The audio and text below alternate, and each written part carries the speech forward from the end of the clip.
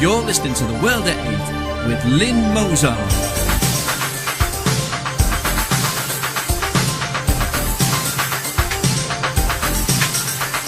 The World at 8, the number one in nationalist news. Highlights of the news today, Wednesday the 13th of February. Hertfordshire Crime Commissioner calls BNP racist. Staffordshire Police doubles child exploitation team. Muslim fanatics use fringe stations to call for terror, murder and torture. Only 15 of 200 foreigners who took part in the 2011 riots have been deported. 74-year-old woman must pay €1,000 to Amnesty. The far left and the attempted assassination of Lars Hedegaard. The Pope retires. 10 Afghans killed in NATO airstrike. Kabul urged to protect sexually abused children. Thought for the day, a dark side of England. And finally, a very wise owl.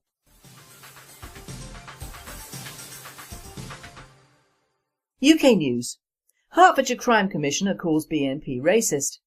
The Daily Mail reported that newly elected Tory Crime Commissioner for Hertfordshire sparked outcry after tweeting Hitler picture calling for socialists to embrace their inner Nazism. Dr Rachel Frosh, who earns £20,000 a year, helping to run Hertfordshire Police, retweeted, "Dear Socialists, embrace your inner Nazism," it said alongside a Hitler image, and compared modern socialists with Hitler's Nazis. After being forced to apologise to the quote socialists end quote in the Labour and Tory parties, she went on to say, "Basically what I'm saying is that any racist party is not anything to do with any mainstream party. When the BBC talk about the BNP as far right, it's upsetting to the people on the right of centre as they are outside anything on the right. Their views are unacceptable, full stop." As part of her apology, this incompetent harridan tweeted, "I've just taken down a retweet about a comparison with socialist and national socialists. I don't agree that Nazis / BNP are socialists. Both BNP and Nazis are racist parties that should not be considered right-wing or left-wing, just racist. It appears this lady doth protest too much." A World at 8 reporter states, "After all, the BNP are the only party with a constitution that passes both the courts and the EHRC test for being non-racist. And update, this woman has now resigned." Staffordshire Police doubles child exploitation team. The BBC report that a rise in reports of child sexual abuse has prompted Staffordshire Police to double the size of its child exploitation team. The specially trained team is now 14 strong, with 2 detective sergeants and 12 detective constables. Detective Sergeant Mark Stratton said, "We're increasing the size of our team to deal with those reports effectively." Stoke-on-Trent based charity Savannah took on 255 new cases of child sex abuse last year. Justine Eardley-Dunn from the charity said, "Grooming and childhood sexual abuse is a bigger problem than people realise. Lots of people don't come forward, so we know that for those we do know, there's a lot of people hidden behind that." Although this is great news, what is worrying is the rise in number of abuse cases that are coming to light nationwide. What is most worrying, though, is the lack of prosecution in relation to reported incidents. According to the Office of National Statistics, figures over the past 6 years, 53,665 incidents of child sexual offences have been reported to police forces in England and Wales, and over the same period there have been 9,919 criminal prosecutions. This presenter, speaking for ProFam, the non-political arm of the BNP, says, "This means only 18% of child sexual offences are ever prosecuted. How many are actually ever convicted? From my experience, many people are ashamed to be involved in these cases, and they should be more worried about not being involved. No one can do anything unless these cases are reported and, more importantly, followed through to prosecution. Also, if you note, the main perpetrators of sexual grooming, the Muslims, are totally ignored." Food adulteration hits further suppliers. The Independent reports that police and food hygiene officers raided and shut down the Peterbody slaughterhouse in Todmorden, West Yorkshire, and Farm Box Meats, a meat processing plant in Aberystwyth, North Wales, as part of an inquiry into the adulteration of beef products with horse meat. Dr Mark Wolfe, a former head of food authenticity at the FSA, claimed that the major shift in UK meat production, ordered at short notice by the European Commission, was at the root of the horse meat scandal. Last year, Brussels abruptly banned the use of desinued meat, DSM, the scraps recovered from animal carcasses after the prime cuts have been removed. DSM has long been a major part of the supply chain for British meat products. The move left suppliers 48 hours in which to look for alternative sources of cheap meat. This forced them to look abroad, where supply chains were not so well regulated. Even grand old Dame Waitrose has been engulfed in the food scandals. Waitrose has withdrawn its essential British frozen meatballs after pork was detected in 2 batches. A World Date writer comments, "I do feel sorry for our Islamic friends who may have eaten Waitrose meatballs. Actually, no more so than I feel sorry for the Brits who don't get to choose to eat halal killed meat." Accrington, Lancashire. Armed Asian gangs fight on Victoria Street. 2 gangs of Asian men brandishing hammers and knives clashed on the streets of Accrington, Lancashire, as an argument that started in the gym spilled outside. Detective Sergeant Julie Cross of Accrington CID said it was a nasty incident. She said the 2 men injured were in the group of 3. One was badly assaulted with a machete and the other was punched. This is an incident where young lads have been out fighting in the street in the evening with weapons. Fortunately, no one else seems to have been seriously injured. It seems like a bit of an argument that may have started in the gym. It's not honour-based, it's not a community issue, but they do all seem to know each other. We're looking for any witnesses who may have seen something on the street at that time to contact police on 101. Muslim fanatics use fringe stations to call for terror, murder and the torture of gay people. Hardline Islamic extremists are using fringe British TV channels to call for terrorism, murder and the torture of homosexuals. A series of little-known channels has been severely criticised for allowing inflammatory material to be broadcast. Among the cases is an Islamic scholar who told viewers that it is their duty to kill those who insult the Prophet Muhammad. In another, a woman presenter said homosexuals should be beaten and tortured for the evil, shameful act. Ofcom, the communications watchdog, found the stations broke the broadcasting code by allowing the extreme opinions to be aired unchallenged. But the breaches highlighted fears that extreme Muslim speakers previously confined to mosques could reach larger audiences. Only 15 of 200 foreigners who took part in 2011 riots have been deported. Only 15! More than 200 cases were passed to the UK Border Agency after ministers promised to get tough on those who were arrested over the looting and arson attacks which brought misery to English cities. However, the vast majority have not been removed due to EU legislation and human rights laws, while there are fears more will be given permission to stay. A nationalist spokesman stated, "We know where our government's priorities really lie. They cannot be bothered to get rid of the criminal scum who ran amok in our capital and other cities."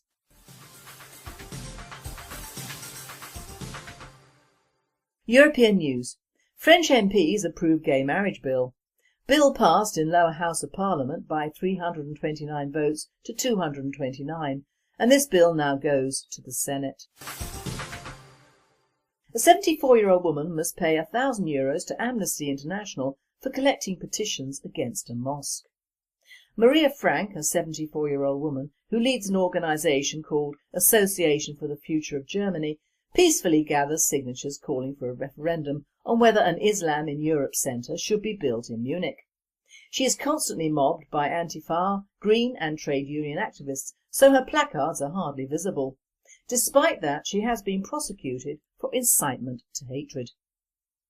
In Rotkreuzplatz, the 74-year-old pensioner exhibited a placard which, amongst other things, said that after the siege of Vienna by the Ottoman Empire in 1683, now the arrogant Turks and Muslims are threatening Europe again.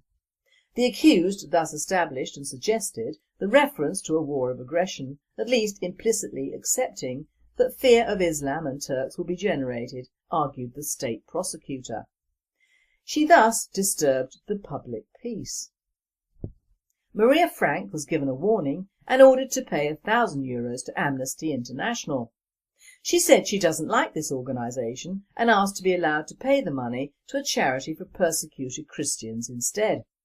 The judge said no, it had to go to Amnesty International. In addition, the judge warned Frank, who has made numerous negative statements about Turks and Muslims on the internet, sometimes in a much more drastic way than on the placard, "You need to stop that and become aware of what is acceptable and what isn't."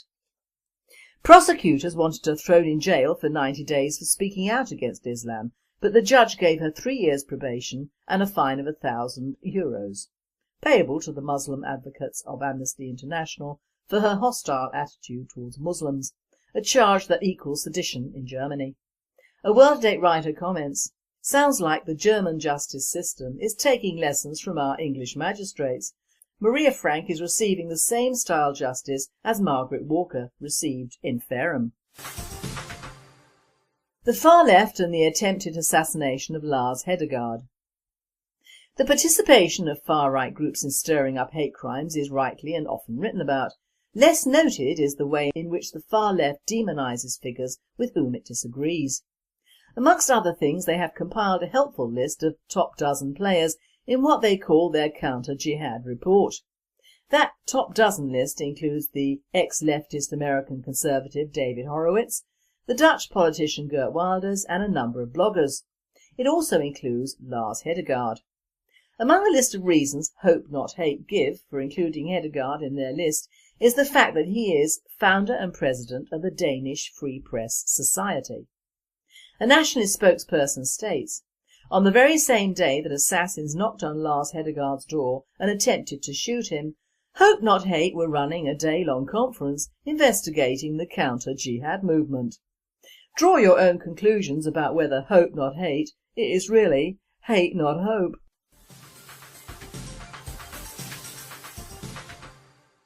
World News. Pope retires. Pope Benedict XVI has thanked the public for their love and prayers as he made his first public appearance since announcing his resignation.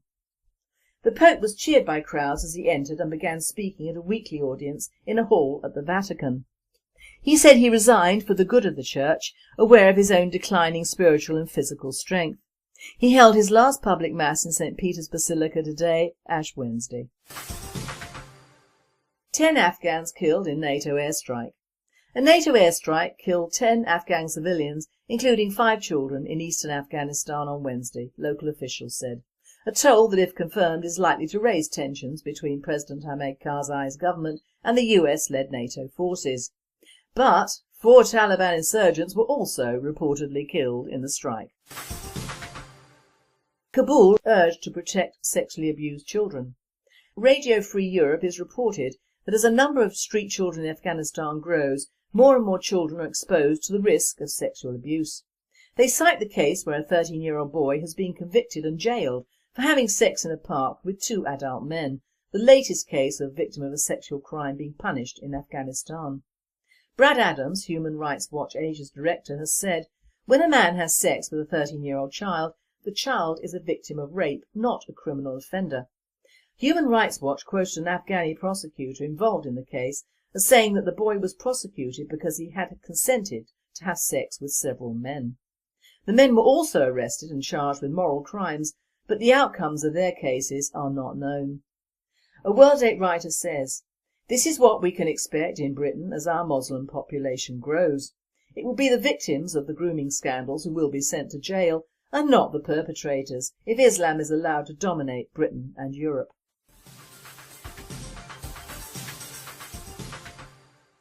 Thought for the day. A dark day for us Brits. Welcome back to my listeners after our absence Monday, but honey, I'm home. My thought today is one of sorrow for the change in our own very British culture and our relationship to the animal world, and those innocents amongst us, namely children and the near carking in brigade, our own silver foxes. In his speech at the SE region, our chairman Nick Griffin, MEP, highlighted the huge difference immigration and propaganda has made to several generations of our children and their expectations of England, well, where they're allowed to have them, that is. I will talk about them on Friday. First, I will talk about our animal kingdom, both wild and domestic. There have been several hysterical reports of man-eating urban foxes, and a poor little baby had his finger bitten off in the latest rant. Now firstly, how come these animals get into houses? In my knowledge of foxes, they avoid houses like the plague, even in towns, so they must be very, very hungry to tackle the unknown in this way. The RSPCA is coming under fire for suggesting that people put out food for them, and I think this is unfair. We waste in this country more food than we eat, so if there is spare or unwanted food, give it first to a food bank for the poor, or if just waste food, put it out for urban foxes. I fed whole families of foxes and badgers in my last house for 15 years, and I never had one of my cats attacked or had the house entered into by an urban fox, and more importantly, neither did my neighbours with young children. If animals are forced out of their habitat and cannot hunt for food, what do you expect them to do? Not for them the local supermarket or a gun to kill with. They have to go where they can, and in some cases it is unfortunately the nearest completely open house with a baby alone in an obviously accessible room. We do not need to cull badgers. More diseases, both animal and human related, are brought in by immigrants and migrants than badgers put together, and never checked, let alone rooted out and culled, or rather killed, because that is what happens to badgers, for bovine TV. The very sad fact is that nowadays we are not a nation of animal lovers. We have become too greedy and too accommodating to foreign cultures and money to really call ourselves that anymore.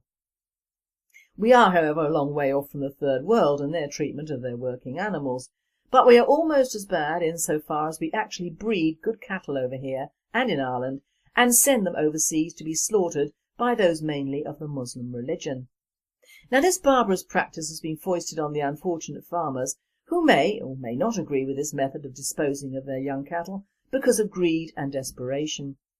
Desperation because our farmers do not get the sort of money they should get, either for dairy produce, meat or arable farming from the kings of money, the supermarkets, who, let's face it, rule our populace with an iron fist, or indeed various successive governments. Cows who are kept permanently either pregnant or lactating have their baby bulls killed at birth, or taken away and shipped out to Bahrain or some other godforsaken country to be butchered, and I mean butchered in every sense that word entails. There is a petition going round called A Dark Day for Ireland, because they are shipping out live young bulls for slaughter to Libya, that hellhole of Islamic jihadism. Some details I'm going to read you might not like, but you know me, what I can stand, you, as my listeners, can stand. The Irish government has given its full support to the resumption of live export trade, with the Agriculture Minister, Mr Coveney, describing it as progress. The re-emergence of this trade after 10 years would be a disaster for animal welfare and the reputation of Irish farming.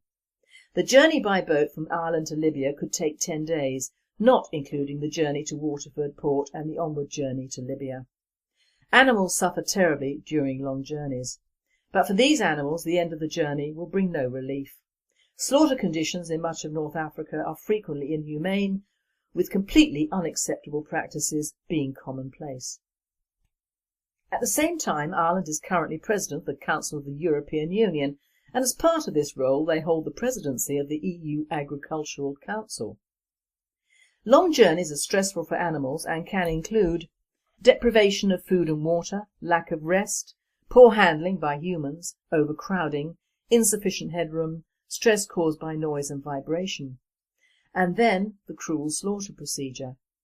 Previous compassion investigations into slaughter conditions in North Africa and the Middle East have found animals being roughly, even brutally handled, animals dragged into the place of slaughter, cruel methods of handling, e.g. the leg tendons of live cattle being severed with a knife to control them. Now it's well known I'm an animal lover, and the Islamic way of handling animals and killing them is abhorrent to me, as I'm sure it is to most indigenous Brits, and the terrible stories of the wholesale killings at Eid are beyond awful, even if you're not an animal lover or a down-to-earth farmer or a country person. They are unnecessary and feed the basic dark side of the human character. And yet we in the UK, and I'm including Ireland here, sent our animals to their terrible deaths alive. For years the Australians have been sending live sheep and lambs to the Arab states to supply them with more martyrs on the hoof, and we've been sending our cattle and sheep as well for these bastards to kill in the name of an alien religion as for me they are British Christian animals. We need our animals in our country for our people, which is bad enough when you look at battery farms for chickens and turkeys that have been forced upon us because of the huge amount of new people on this island. Most of our food problems would go away if we left the EU and stopped immigration dead. By the time we had sorted out new anti-halal laws and deported the criminal faction, we will be in an even better state to overhaul our farms and fit a more self-sufficient pattern and hopefully a more humane and profitable ones for the farmers. With the price of haulage and petrol, these guys, who would obviously sell their own mothers for money, must be making a hell of a lot of profit to cover just that, let alone the third world idiots they hire to terrorise the cattle and sheep in transit, and this is before they leave the white cliffs of Dover or the green hills of Ayr. It was in Southern Ireland, I believe, that around 25 years ago when I was there, that Ireland was the first country to host a halal chicken factory, because with the laws existing then in Northern Ireland and the Troubles, the Muslims didn't want to set up there. I was disgusted then, and I'm disgusted now, at this attitude we in the UK have of putting up and shutting up over what should be a subject close to any Englishman's heart, animals and possible food. I'm also not one for the very upper class habit of shooting everything in sight for sport. Now if or when we're starving, then yup, it's permissible. But to raise poor little grouse chicks in a small barn and then send them out for a taste of freedom to be shot at doesn't sit well with me. But then I'm a woman, London born, and an animal lover, so one who pleads they are country born can rant on as far as I'm concerned. Talk to the hand, this face ain't listening. Now the one person I know who was country born and shot at anything worth shooting at, shot a hare once. It was only wounded, and in his words it cried like a baby. So much so he took it to a vet to treat, and when it recovered he let it loose in the country and never shot at anything again. A man after my own heart. On the other side of the scale I knew a fellow who had been Prince Philip's equerry, done a tour of Northern Ireland. To say he was damaged was kind, but he still took his 2 young sons out regularly into his mother's grounds to shoot small birds, not even the edible kind. Why? Do people think because they kill animals they're superhuman or very well bred? But back to the way we treat our animals. We should stop sending any live meat or even packed meat to the Islamic countries. They have enough money to raise their own poor cattle and sheep, and if someone says they live in a desert so they can't, what did they do before we came along with our purses hanging out? I will tell you, they killed camels. And I love camels. They're creatures of great character, and if I win the lottery I'm opening a camel farm along with a pig farm in Wiltshire. One of the saddest sights I saw just outside Cairo a few years ago was a small open truck packed with baby camels.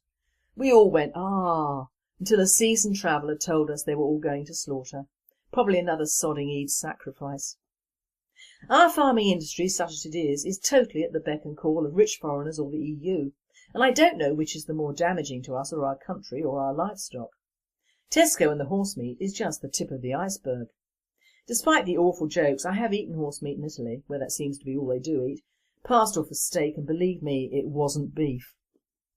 I also love horses, noble and hard-working animals that they are. It seems just right that the main horse meat manufacturer is in Romania, and is called Roma Slaughterhouse. And these are the people we've opened our country to, and who will flood in again next year. Thousands of UK horses are sent live to these places to be killed in France and Italy. Horses should not be bred for food, they should be bred for racing, shows and domestic use. Horse meat is yet another Euro fad which should not make it out of Europe. I don't know the Muslim stance on eating horses, but the thought of a large horse bleeding out, alive and standing, does me no good at all. I also don't know the Jewish stance on eating horse, but Tesco is Jewish run and clearly has no qualms when it comes to making money from Eastern European market over it. Apparently it's all down to the nasty EU Parliament and their new rules for what we should or should not eat. I received an interesting little tome yesterday and I'll read you a portion of it that relates to our animals and farming. It encapsulates how the EU has ruined, or is in the process of ruining, our British farming industry. Let's face it, the Europeans have never had a good name for animal husbandry, so why should they care about ours? I quote, EU grants are given to farmers not to grow food, while thousands starve and the UK government are told to stabilise the market, which in reality is just for further control and manipulation in their greed for that total control to continue. EU fertilisers enforced on UK farmers, which are destroying our environment and wildlife, which I was shown well over 12 years ago from various farmers. The powers that be didn't realise or care at the time the disastrous effect they would have on our humble bumblebee and what it would do to our UK worldwide food chain. Those same fertilisers shown to me again by those farmers deliberately caused foot and mouth to further destroy the farming industry so they can develop large battery dairy herds. It's well known main members of various governments have their own organic farm foods delivered directly, so they do not have to endure what they deliberately enforce upon UK society. Now, the foot and mouth problem during its last occurrence was supposed to be induced by the importation of bushmeat into London, and we all know nowadays that with airplanes, trains and illegal means of transport, people, germs and worse travel now at greater distances than, say, before the last war. Now the EU have made us throw away good fish, but dead fish, back into the sea, thus depleting our stocks in our waters. Now, because the French and Spanish have been depleting their stocks for many years, they're whining because this has affected their fishing in our waters. Duh! What are we doing allowing foreign boats into our waters? We are an island and have relied on our waters for many centuries to provide us, not the rest of Europe. So if the EU want to kill penguins because they eat fish, in truth the penguins can eat the dead fish thrown back, so no need to kill these charming birds. The Channel Tunnel is another reason why our animals are in such danger. It's now easier to get them shipped abroad and also to bring in the third world workers who mistreat circus animals and who have games of football on our turkey farms. Close the channel or bomb it, I don't really care. Savage dogs have suffered a great deal from adverse publicity. If you have a puppy from one of those breeds, treat it badly, beat it, lock it in a cage and don't allow it to roam or bond with a person, you will have a dangerous dog on your hands. More often than not, some of these owners are not English and don't relate to dogs as we do, or they are just pig ignorant. Actually, only pigs are not ignorant, they are highly intelligent animals. They often have small houses, chock full of babies and kids, a horde of equally ignorant relations, and all mill around this poor, untrained and unloved dog. Of course it's going to bite the first human who doesn't beat it. That is in the canine nature.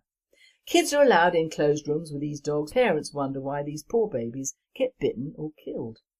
It's the people who should have the licenses, not the dogs.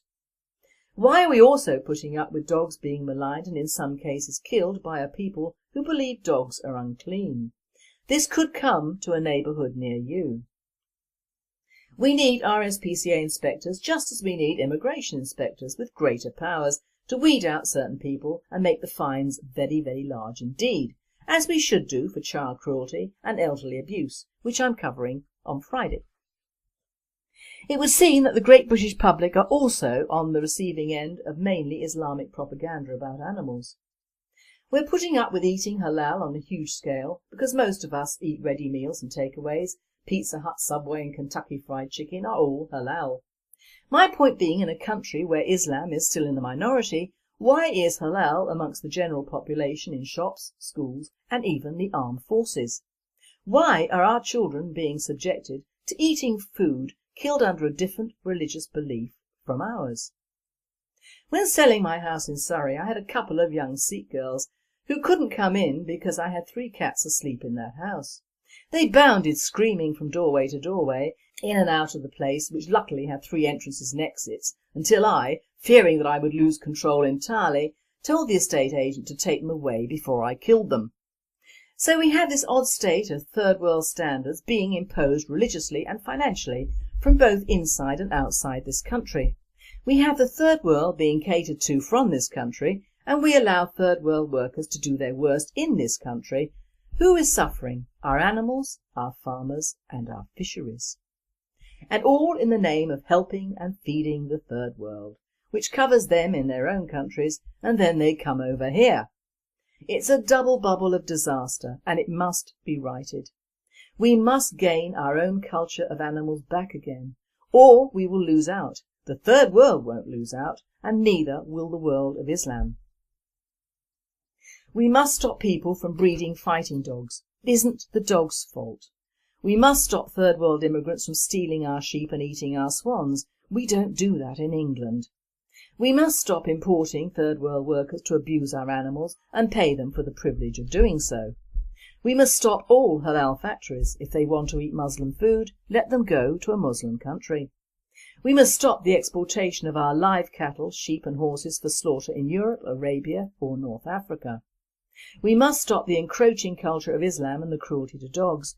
Dogs are a man's best friend, not the method to bait and kill bears by. Well, not in England. We must breed more pigs. Pigs are lovely. Bacon is lovely. And the mere fact that Islam does not like pigs makes me like them more and more. We must not let another culture decide who or what we like in this country anymore. We must stand up for our animals, both domestic and working. We used to have the best reputation in the world for our animal rights. We don't want to lose it.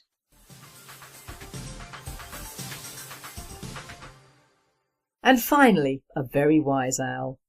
Florida motorist Sonji Coney Williams was alarmed to find a feathery stowaway trapped in her radiator after being flagged down in a Miami car park.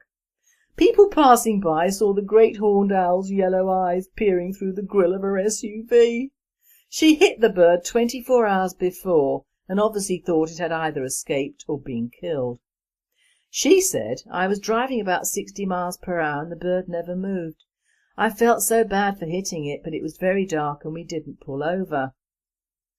The animal was eventually removed by the Florida Fish and Wildlife Service. Despite the ordeal, the owl was later reported to be in good health and its plight has caught the imagination of many online. A gif of its piercing yellow eyes blinking through the radiator soon spread across the web. This presenter says, "Sonji isn't like me. I would have checked immediately I got home. Poor darling, stuck in a radiator grill on what must have been a very unwelcome journey." Thank God for passers-by. They've got more brains than this driver. I've seen the video and it is a beautiful bird with lovely bright yellow eyes, and the thing is it looks so calm and so dignified, bless it. You have been listening to The World at 8. I am Lynn Mozart and I wish you all a very good night and a very happy St. Valentine's Day tomorrow. Preferably without the massacre, so guys, bring out the chockies for us ladies, or else. Nazis are racist parties that should not be considered right-wing or left-wing, just racist. It appears this lady doth protest too much. A World at 8 reporter states, "After all, the BNP are the only party with a constitution that passes both the courts and the EHRC test for being non-racist. And update, this woman has now resigned."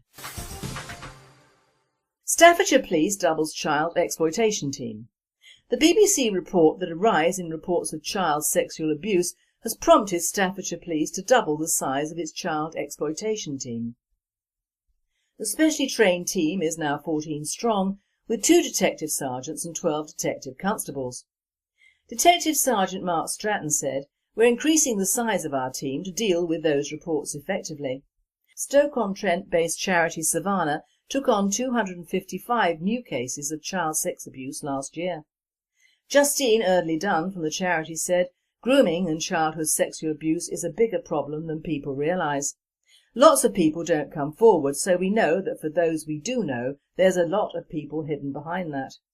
Although this is great news, what is worrying is the rise in number of abuse cases that are coming to light nationwide. What is most worrying, though, is the lack of prosecution in relation to reported incidents. According to the Office of National Statistics, figures over the past 6 years, 53,665 incidents of child sexual offences have been reported to police forces in England and Wales, and over the same period there have been 9,919 criminal prosecutions. This presenter, speaking for ProFam, the non-political arm of the BNP, says this means only 18% of child sexual offences are ever prosecuted. How many are actually ever convicted? From my experience, many people are ashamed to be involved in these cases, and they should be more worried about not being involved. No one can do anything unless these cases are reported and, more importantly, followed through to prosecution. Also, if you note, the main perpetrators of sexual grooming, the Muslims, are totally ignored.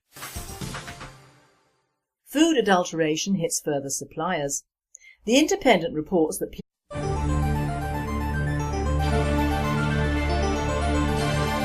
You're listening to The World at 8 with Lynn Mozart.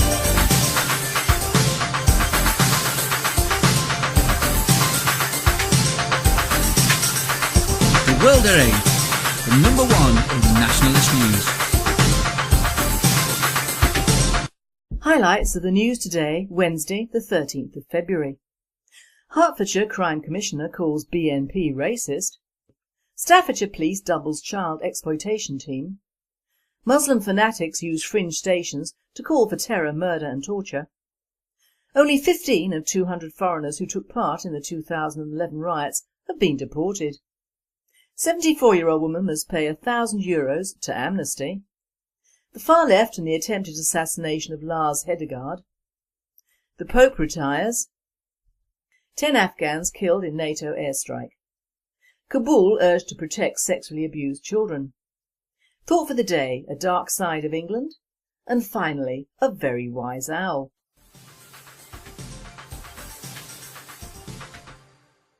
UK News. Hertfordshire Crime Commissioner calls BNP racist. The Daily Mail reported that newly elected Tory Crime Commissioner for Hertfordshire sparked outcry after tweeting Hitler picture calling for Socialists to embrace their inner Nazism.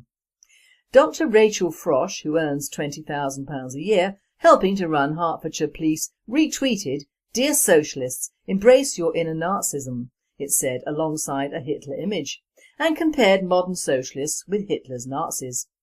After being forced to apologise to the quote socialists end quote in the Labour and Tory parties, she went on to say, "Basically what I'm saying is that any racist party is not anything to do with any mainstream party. When the BBC talk about the BNP as far right, it's upsetting to the people on the right of centre as they are outside anything on the right. Their views are unacceptable, full stop." As part of her apology, this incompetent harridan tweeted, "I've just taken down a retweet about a comparison with socialist and national socialists. I don't agree that Nazis stroke BNP are socialists. Both BNP and police and food hygiene officers raided and shut down the Peterbody slaughterhouse in Todmorden, West Yorkshire, and Farm Box Meats, a meat processing plant in Aberystwyth, North Wales, as part of an inquiry into the adulteration of beef products with horse meat. Dr Mark Wolfe, a former head of food authenticity at the FSA, claimed that the major shift in UK meat production, ordered at short notice by the European Commission, was at the root of the horse meat scandal. Last year, Brussels abruptly banned the use of desinued meat, DSM, the scraps recovered from animal carcasses after the prime cuts have been removed. DSM has long been a major part of the supply chain for British meat products. The move left suppliers 48 hours in which to look for alternative sources of cheap meat. This forced them to look abroad, where supply chains were not so well regulated. Even grand old Dame Waitrose has been engulfed in the food scandals. Waitrose has withdrawn its essential British frozen meatballs after pork was detected in 2 batches. A World Date writer comments, "I do feel sorry for our Islamic friends who may have eaten Waitrose meatballs. Actually, no more so than I feel sorry for the Brits who don't get to choose to eat halal killed meat."